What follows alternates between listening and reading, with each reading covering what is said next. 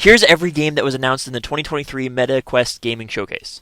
The first game is Samba de Amigo. This is a multiplayer dancing game where you shake your maracas and match certain poses. It's planned to come out sometime this fall, and it's available for pre-order for $29.99. The second game was Ghostbusters: Rise of the Ghost Lord. Now, they actually announced this game last year, but this year we got a new trailer with some actual gameplay footage. We're still not 100% sure when this one will come out, but it now has a Quest store page that says coming soon. The third game is I Expect You to Die 3. This is the third installment in the spy-themed puzzle series. The game plans to release this summer, and it's available for a whole $2.50 cheaper if you pre-order it right now for $22.49. The next game on the list is Underdogs, a physics-based roguelike where you fight in mechanical suits. Planning to release early 2024. An update for NFL Pro Era was announced. New features and game modes will be coming to the game, one of which allows you to play full-on games against another player. Racket Club was announced, a multiplayer racquetball game with no set timeline to release. Vampire: The Masquerade Justice, a stealthy single-player vampire game. This one is set to release sometime in late 2023, so probably November or December. This next one is probably the one I'm most excited for, Dungeons of Eternity. This is a multiplayer procedurally generated dungeon crawler. All of the combat is physics-based, it can be played solo or with friends, and all of the weapons and maps are randomly generated, so you have a new experience every time. The Seventh Guest VR is a horror game where you explore a mansion and solve puzzles. This one is scheduled to come out fall of 2023. This next one is a sequel to one of the most popular games on the Quest 1, Arizona Sunshine 2. This is a gory multiplayer zombie game, and in this one you'll have a dog by your side. This one plans to come out sometime in 2023. Stranger Things VR, this one was actually announced back in November, but this time we got to see some actual gameplay. In this game you play as Vecna fighting against Eleven and her friends, and it plans to release this fall. Attack on Titan VR Unbreakable, this is a single player or multiplayer game where you swing around taking down huge titans.